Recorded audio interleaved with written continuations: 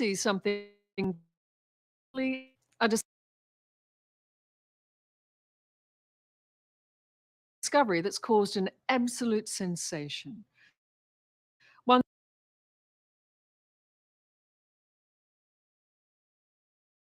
that could have untold significance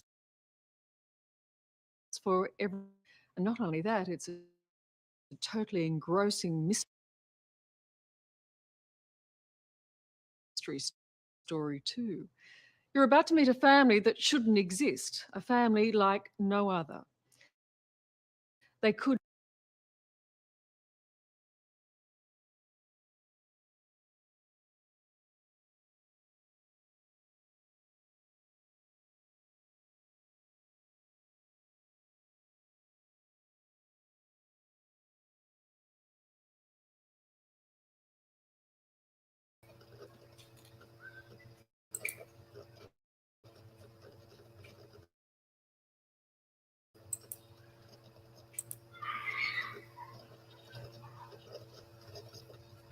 Starting already.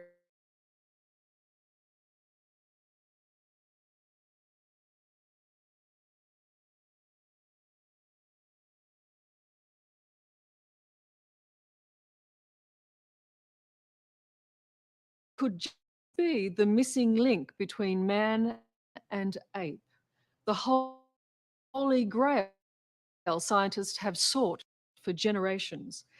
They're living, breathing men and women, but they walk on just as we did 4 million years ago. And until this film was shot, they were hidden away. Here, hidden from the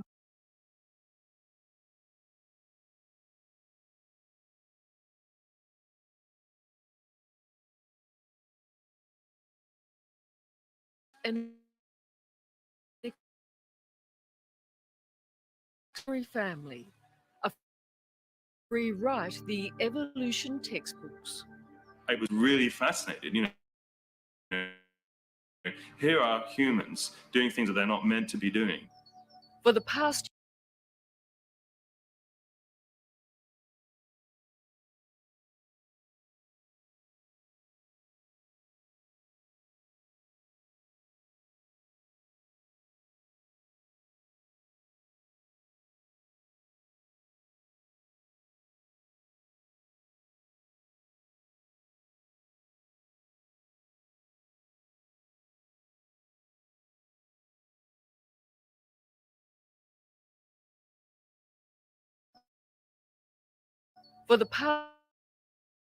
year, their existence has been known to just a handful of experts who have been sworn to secrecy. When I heard, I was intrigued, but nothing prepared me for the reality. Now, finally, the secret can be revealed. Response I had was that I couldn't believe my eyes. Extraordinary scientific fantasy that modern human beings could return to an animal state. It was the finding living, breathing fossils. Human beings who had never made the evolutionary leap of scientists on an amazing journey and raised profound questions about what it is to be human. Thing which marks us off from the rest of the animal world is the fact that we're the species which walks on two legs and holds our heads high. It's what defines us as human beings. In many ways, yes, of course, there's language and all sorts of other things too, but it's terribly important to our sense of ourselves as being different from the animal kingdom. These people cross that boundary. Professor Nick Humphrey is an evolutionary psychologist. He first heard of the family through a medical paper produced by Turkish scientists. It looked as something like a throwback in evolution, a turning back of the evolutionary clock. And the professor who invited us there, that's the way he thought about it. And in fact, others in the scientific community took up that line and said, yes, here for all the world is a genetic problem which has undone of the last 3 million years of evolution. Anthropological find of the millennium dream of. If the family proved to be true quadrupeds walking on all fours, they may provide the elusive missing link between man and ape.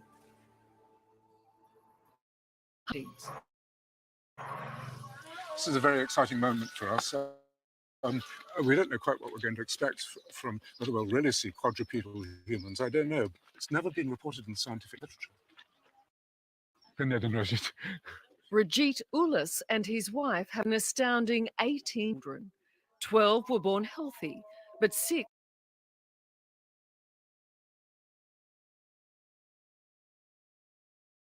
had a unique disability.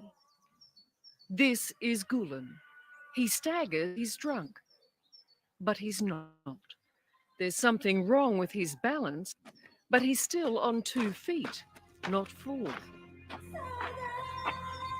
Then, one by one, the other children appear.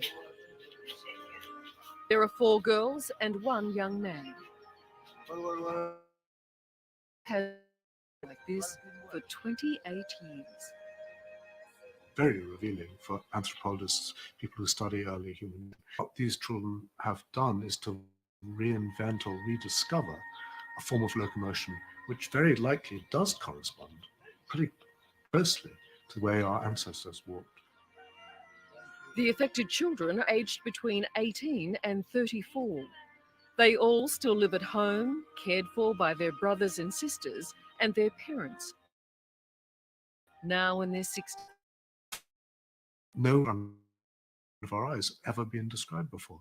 There were no reports in the scientific literature of adult human beings walking on all fours. And so we realized we had a major phenomenon in front of us to explain from a scientific point of view, but also, of course, a major. Fossils tell us we probably first became bipeds around 4 million years ago. Since then, we have become beautifully adapted for moving on 2 feet.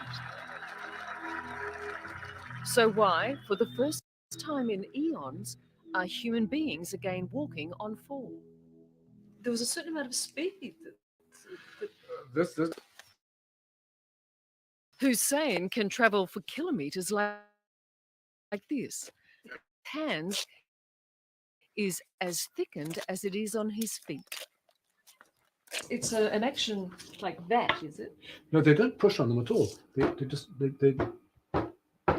just do the lift on their heel. On the very soft or flat, they'll put their fingers down, but on a rough surface, they don't let their fingers touch the ground.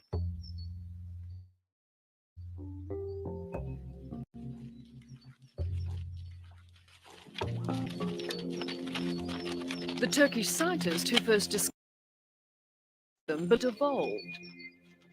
But Professor Humphrey suspects the problem is more likely genetic. The parents are second cousins and could have passed to some, but not all of their children. It's very bad luck that the children have inherited from both parents the same recessive genetic mutation. Tests confirm that there is something wrong. Still doesn't explain why they walk like apes. It's it's meant a life of misery. There's hostility towards the family in the village. The local kids taunt Hussein.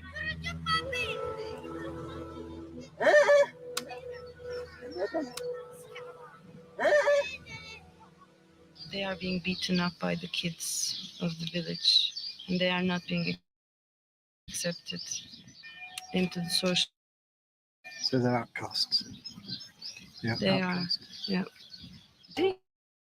Team takes the family to a local private hospital for brain scans.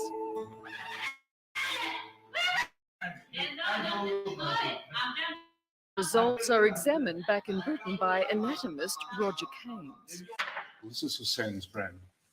There is very striking, which hits you immediately you see it. It's very clear that in the middle of the cerebellum here, what's called the vermis, it's shrunk. The same in all the affected children. Do we have Sophia's brain here too? Yeah. That's this one here. Same again. Very Remarkable, isn't it? striking. But the shrunken cerebellum is not enough to explain why the family can't walk upright. In a case reported last year in Italy, a young man presented without any cerebellum, but he could still walk. It doesn't in itself account because other children have damaged cerebellum. Even children who have no cerebellum can still walk upright. So again, the experts turn to genetics. In Berlin, German scientists think the answer lies in the family's DNA. I think this is very novel because it has never been described before. The opinion was that this is not really possible, and let alone that it's genetic. Professor Stefan Mundlus believes the Ulas family's blood hold one of the greatest, the gene for walking erect, the very essence of what makes us human. It's actually show that humans can walk on their fours, and then this can actually be inherited as a genetic trait, and that is very novel and very unusual. The Germans have already published a breakthrough, upsetting many in the... To be true. You don't accept that's part of the equation here? No, I mean, everything we know about evolution is that no single gene will have been responsible. Part of Therefore, damage the to us. equation. No, I mean, everything we know about evolution suggests that no single gene will have been responsible. So throw you back from being bipedal to being quadrupedal. Sent in New York, where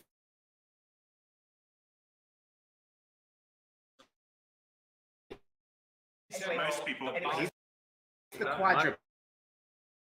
This is the There's no quadruped. doubt. There's a quadruped and there's no, it's not the angle. And look at the size of this. I'm amazed at the ease with which some of these individuals are moving. Particularly the guy is it seems to be moving quite fluidly and with quite a lot of ease. Very different to a gait of a biped. To see modern humans with a modern human body form walking around on all four limbs, using their upper limbs as a form of support, is extremely interesting. One of the remarkable things about the way these children walk is that they keep their fingers off the ground. They walk on their wrist, not knuckle walking like a chimpanzee or a gorilla. walking on the wrists in this way, so the fingers remain arranged, is of great the evolutionists. It may be the way our ancestors learned to move between coming down from the trees and finally standing upright. Look at this. Yeah, look, compare the width of that. I don't care how you orient. In an ideal world on paper, yes, I'd love to see those skeletons. It'd be really interesting, but you know, that's just not okay ethically. But at Liverpool University in England, another team has found a way to examine the skeletons' Hussein's movements are identical. Hussein's movements are identical Ideally suited for balancing on branches. to enable monkeys. These people are not missing links, but they have shown us how our ancestors did behave. No, even thought about. Nobody had suggested that our ancestors are what we're calling wrist walkers. There are more reasons why the Ulas children never stood up. When they were babies, they crawled as usual, on hands and knees. Then they started walking on their feet and hands. With no local health service, no one was there to encourage the clearly able children onto their feet. Why that happened, We don't know why nobody intervened, why they didn't do the simplest things they might have done to help them and to bring them on, as would have happened in Melbourne or in London or in New York. Incredibly, no one had even thought to provide them with a $30 walking frame. Evet. Tamam tamam bak. In a few hours. It was an astonishing transformation. The children who had never upright on two legs were using this frame to walk across the room with such made a breakthrough in never imagined they could ever end. Dur dur. Ha? Before the scientific team left, it arranged for a physiotherapist to examine the children and installed parallel bars in the yard to encourage them. The possibility of walking gives new hope to the family. A big thing, a huge thing. Hadjad, husband, Yeah, she would love to go to her own wedding. the therapist holds little hope that Hussein will ever walk upright. He thinks it's too late for him. Hussein's despair, only his friendship with the family dog seems to calm him. With renewed respect for the human spirit, for how human beings in the most disadvantaged circumstances can nonetheless triumph over that, to maintain their pride. I still believe the Ulas family has much to tell us about our ancient ancestors. But life for the family must go on. And in January this year, Professor Humphrey's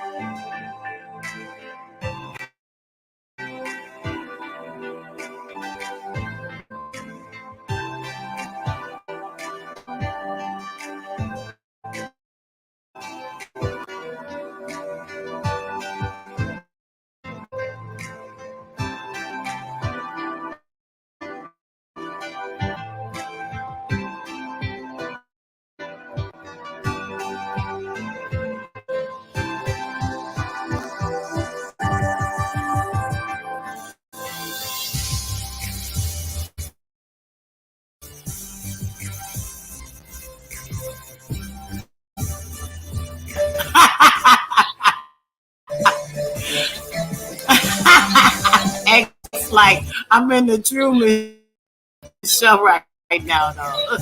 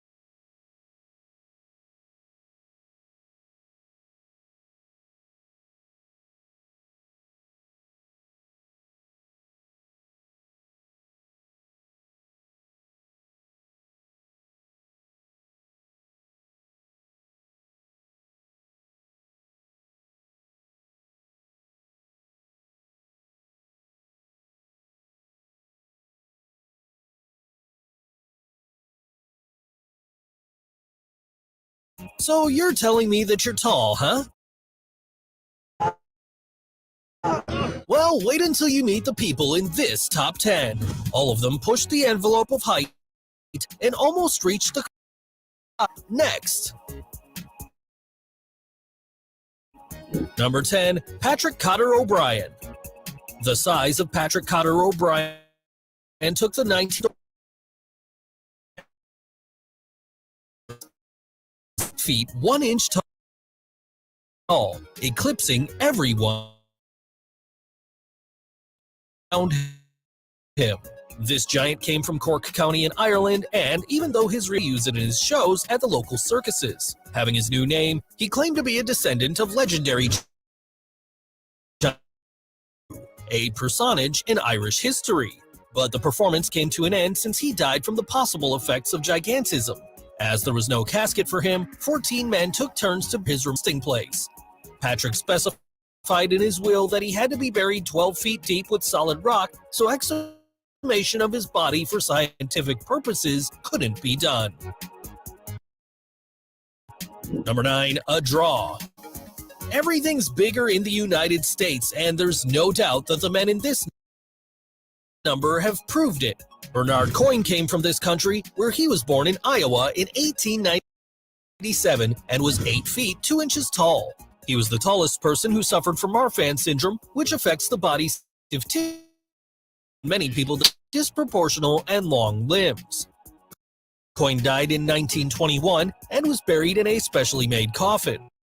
This country was also the birthplace of another human tower called Dan Kohler, who was 8 feet 2 inches tall. Kohler was born in Denton, Montana in 1925, and ever since, people noticed that one was obviously excessive. He moved to Chicago to work and met the owner of Harlem Globetrotters, the basketball team that he made a world tour with. This big guy died in 1981 from heart failure, but Windy City will never forget his presence. Number 8. Jeanette Ali.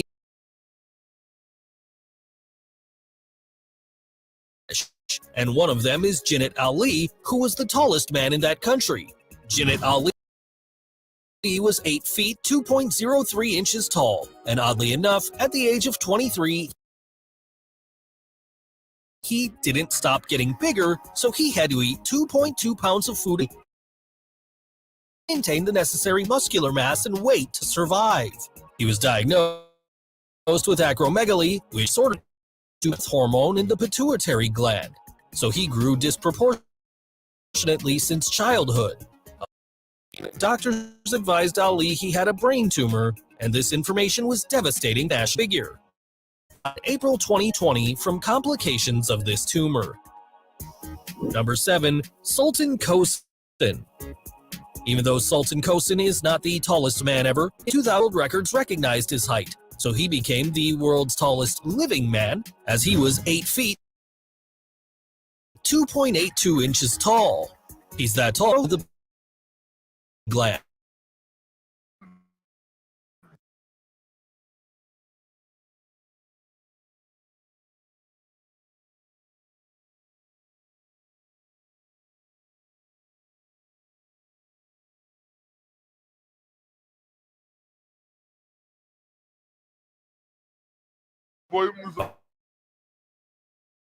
This Turkish man had some things like seeing from far away and helping his family with chores such as hanging curtains and changing light bulbs. However, it was hard for him to find suitable clothes and a car where he could fully fit in because, this is almost an impossible mission. In 2013, Kosten married his Syrian girlfriend Merve Debo, and they have a good relationship. Incredible! Number 6. A draw. Now I'm going to tell you about two giants that came from the two largest countries in the world. Vicus, the tallest man in the history of India since he was 8 feet 3 inches tall. This man was born in the state of 1946, and being strikingly tall made him a local celebrity. He was so famous he even played a role in the Bollywood movie Rang De Basante, released in 2006. And now, coming from Canada, this is Edouard Beaupré, the giant of the nation. At 7, average height, but at 9, he unexpectedly stood at 5. Being 8 feet 3 inches tall caught the audience's attention at international circuses such as the Barnum and Bailey Circus. Unluckily for him, after signing a contract with the circus to perform an affair, Edward died at age 23 from a pulmonary hemorrhage caused by tuberculosis. Number 5. Väinö Moilanen. People in Finland are tall, but Väinö Moilanen surpassed all. He was 8 feet 3. At one time, he was the world's tallest living man thanks to his size. You can see in these pictures the size difference between Moilanen and the other regular-sized people in his country. Väinö was born in Helsinki and the tallest soldier in the Finnish army. During the 1930s, he traveled around Europe as a professional wrestler and even performed in circuses. Finally, in 1939, he went back to Finland to serve his country and fight in the Winter War against the Soviet Union. This giant died in 1963, and his country still remembers him. Number 4. Leonid Stadnik. You must have heard of Ukraine a lot. Leonid who was 8 inches tall and the tallest. Leonid was born in 1969 in the former Soviet Union, and he started to grow excessively. He was 14 years old after surgery. Brain tumor. Apparently, by horse and carts because the local buses are always full and I can never find a spare seat. Even if he's suffering that tall, unfortunately, he died at the age of 45 in 2014 from a brain hemorrhage. Number 3, John F. Carroll. Once again, Uncle Sam's birthplace witnessed another huge character's birth. This is Carroll, who was 8 feet 8 inches tall. He was normal. Acromegaly disease mainly, which affected the growth hormone and caused his gigantic. Unfortunately for his health, this giant buses, which considerably curved his spine, so he was in pain and had problems. He started to grow disproportionately at no treatment that could help him to stop this enormous development that was with him until he died in 1969 in New York. Bonus. We couldn't continue this video without giving it a feminine touch, so let me introduce you to Trentje Kaver, who was born in Edam, a Dutch city. It alleged that this person was the tallest woman ever, as she was supposed to be 8.4 feet tall. If this height were confirmed, she would be one of the tallest people ever, and she'd have a position in this top. Unfortunately, her legacy didn't last long because Trentje died when she was 17 years old from cancer. However, her legend is still living. Number 2, John Rogan. The United States has a lot, and among them we find the second tallest man in the world, John Rogan, who was 8 feet 9 inches tall. He was born in Hendersonville, Tennessee, and this big guy was the 4th of 12 siblings. What a big family! What's interesting in this situation is that he started to grow unusually at the age of 13, so he developed ankylosis, which is a disease that causes immobility of a joint. So by 1882, this giant couldn't stand up or walk. But not everything is a tragedy, because even if he couldn't work, his size turned heads, so he took advantage of it and started to sell portraits and postcards. Indeed, in 1890, plenty of little draws were published locally. Despite these little achievements, John never agreed to join any kind of circus. After meeting these human types, you wouldn't expect, but it's a fact, to meet the tallest man. This is Robert Wadlow. Never before has there been someone as Wadlow in the history of humanity, and he proves it by being 8 feet 1 inches tall. This major jump in Illinois, and before turning 8, he was the father already. At the age of 13, he was the world's tallest Boy Scout. However, his size started to pose a setback in his daily life since he started to lose limbs. But he never used a wheelchair or crutches. Because of his tours with the 1936, Robert was quite a celebrity in the United States.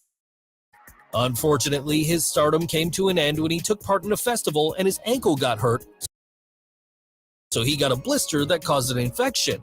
He was hospitalized and had emergency surgery, but this big guy died from complications. Well, this is the end of an amazing journey. I bet you feel more confident about your height after meeting each of these gentlemen.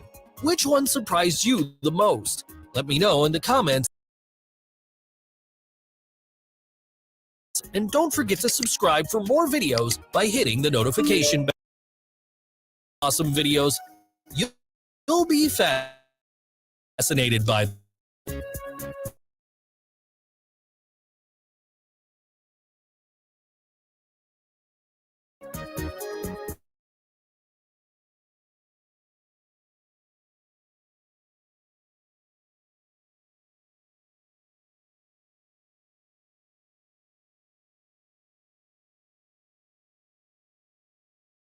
Me out and they mad I played that. Okay, what do y'all think? What do y'all think about running on all fours thing? Let's address that first. What do you guys think about that? Huh? Hilarious, right? How funny was that? And they're talking about the way that we used to go back and this, is it, this evolvement and, da da da da. And they may be having these genes, I guess, that go back or so on and so forth. I'm like, this is so crazy and so weird, right? The way that they are actually doing all of that is like looking like it wasn't even hard. It was like, it's so easy. It's like, it's hard. It's not hard for me to just move like this. It's so natural for me is the way that I was seeing it. It was absurd to me the way that it looked at, just like, I don't know, man. That thing was crazy. I'm trying to pull up something for y'all real quick so we can oh my gosh.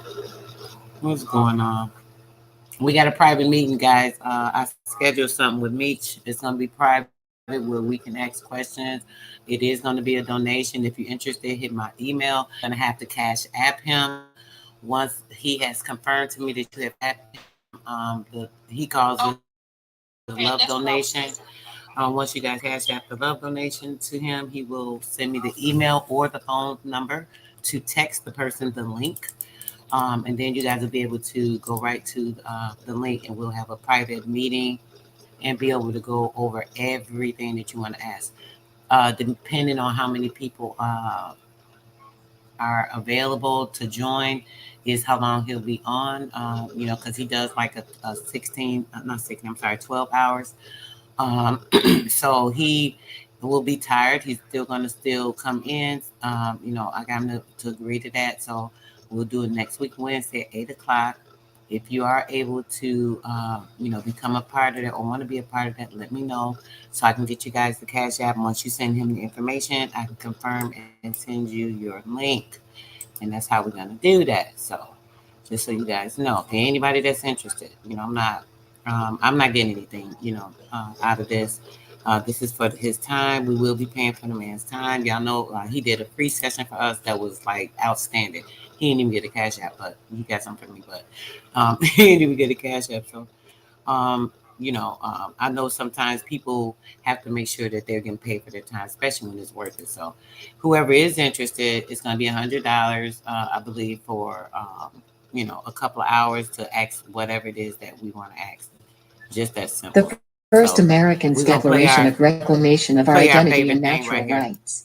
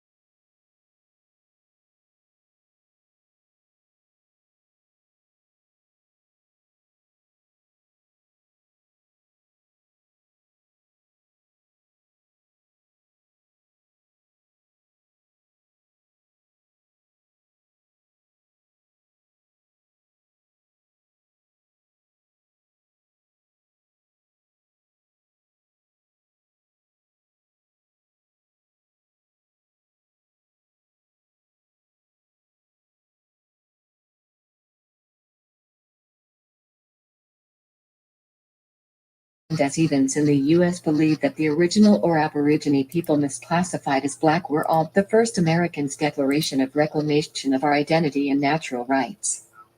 This declaration, dated the accepted and amended July 4, 2019, is in response to the intrusion, genocide, gentrification, indoctrination, and reclassification of the over 100 million strong original peoples of North, Central, South America and adjoining islands over a period of 4 or more centuries. The American Aboriginal peoples described in this declaration are hereby declared the free peoples of the so-called Western Hemisphere and the Americas, meaning clear of obstruction, unrestrained in movement, liberty of action or expression, not holding strictly to rule or form of nations, not subject to foreign rule or to despotism, based on principles of civil liberty, sense of given without cost and free of charge and cost. This declaration do not include the so-called Native Americans, Africans, European, Hindu-European or Asian descendants, only the American Aborigines and mistakenly the American Negro and their descendants. The Anti-Defamation Against the Autochthonous and Aborigine Americans and Natural Rights Act. We, the original and autochthonous peoples of the commonly known area of the Western Hemisphere, aka the Americas, retain all of our rights. Due to the colonization of the land and seas of the area commonly known as the Western Hemisphere to include but not limited to North, Central and South America and the surrounding islands. The original peoples of these lands have been systematically gentrified and misclassified as descendants of Black racial groups associated with Africa, i.e. mulatto, Negro, colored, Black, and African American.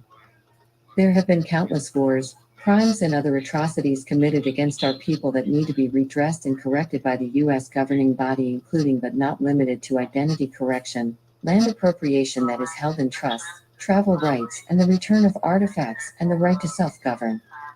Article 1. All so-called Black people in the Americas are not descendants of Africa, and this misclassification of our identity, i.e., colored, Negro, Black and African American, is the result of social programming and indoctrination and is not and will not be accepted by the autochthonous people in any manner, whether it be personally, socially, politically or so-called legally, and any attempt to continue such reckless behavior will be seen as a conspiracy to commit a fraud, a hate crime, and defamation against the original peoples of the Western Hemisphere under international law and the American Constitution. The U.S. corporation, its nation-states, affiliates and sponsors have been committing many sorts of crimes against the original or Aborigine people of this land without as much as one warning for the genocide, rape, lynching, displacement and scientific experiments. There are many documented cases. The list of nefarious and criminal activity is almost too long to imagine, and there must be an accounting and remedy for it. By our estimates, the greatest majority of so-called white African and European descendants in the U.S. believe that the original or Aborigine people misclassified as Black were all brought here on slave ships by their ancestors, not realizing that we were here long before their ancestors existed. And the only reason that they believe the lie is because of the great effort to cover up factual history. Trying to cover the real history. Article 2. There are millions of acres of land held in trust Millions by of the governing acres bodies of in the trust. Americas that are the birthright of the original or Aborigine people of the land, and we demand that such land be returned in good faith. We want and our without land. obstruction, harassment, or oversight. Since the original or Aborigine people have been systematically removed and gentrified from our lands by fraudulent practices our and own intimidation, we feel it would be in the best interest of all involved to give back our land and allow us to live in peace. It's the best No interest. exceptions. No Article exceptions. 3. We, as the original or Aborigine peoples of the commonly known as the Western Hemisphere, including but not limited to the Americas and surrounding islands, being of sound mind, body and spirit, reserve all rights to self-govern Sound to the mind, best body, of our and ability spirit. without the need for regulation, Self-governance. obstruction, oversight or harassment from the governing bodies. We will operate as a responsible autonomous nation, and all treaties, trade agreements, tariffs, etc. thereof on our land must be approved by us alone. No exceptions. Article 4. We, as the original and Aborigine peoples of what is commonly known as the Western Hemisphere, reserve all rights to travel anywhere at any time of our choosing within Western Hemisphere without obstruction, harassment, corporate identification, or citizenship of any state-sponsored territories. No exceptions. Article 5. We, as the original and Aborigine peoples, have been subject to what is commonly known as paper genocide or paper terrorism by Paper the genocide. U.S. state, local governing bodies, and their affiliate Masonic partners / Order-C, policy writers / enforcers, and other corrupt actors. We will no longer accept your aggressive and in most cases detrimental paper / computer rulership in all of its forms. We are the original free peoples of the land, aka the 1SD Americans. Original free people. We are not and will not be your citizens nor property in any form. Assaulting and attacking our people on an individual or group basis by anyone, including your citizens, your policy enforcers, or any of your cooperate partners or affiliates, will be considered a hate crime and will be dealt with as such. No exceptions. Article 6. All Aborigine man, woman, or child have a natural right to protect themselves in any circumstances, and any attempt to deny this right will be dealt with in the most severe manner possible unless deemed otherwise by the appropriate council. No exceptions. Article 7. No Aborigine man, woman, or child can be enumerated, taxed, or brought into any other judicial or administrative body other than an Aboriginal council. No exceptions. Article 8. No Aborigine man, woman, or child are part of any so-called sovereign citizen or extremist group or movement of any kind, and any attempt by any individual, group, organization, or governmental agency to connect us to any will be considered a hate crime and defamation. That's no right. exceptions. Article 9. All Aborigine men, women, and children are free-born living beings and cannot be considered, identified, or treated as property or debt by the U.S. government or any other entities anywhere on any land, air, or body of water. No exceptions. Article 10. No Aborigine men, women, and children can be used as debt or collateral by the U.S. government or any other entities anywhere on any land, air, or body of water. No exceptions. Article 11. We, the original and Aborigine peoples of the so-called Americas, retain all rights to any and all resources that we deem necessary to sustain life, liberty, and the development of our people in any and all regards without obstruction, harassment, or oversight by any entity other than an Aboriginal council. No exceptions. No exceptions. No exceptions. No exceptions. Period. Period. Period. Point blank. Point blank. We're going to play that. That's our national anthem. Think it ain't. Okay, so y'all got my email. I'm about to be out of here. I'm going to try to come back later if I have a chance to. I got some work to do. And try and do something later on. If not, I will be with you guys for sure tomorrow in the morning to get this building in that I wanted to do today. Get some more into that Roman law and kind of go from there. So basically, yeah. That's it for now, guys. Peace, blessings, and love, everything. I'm out.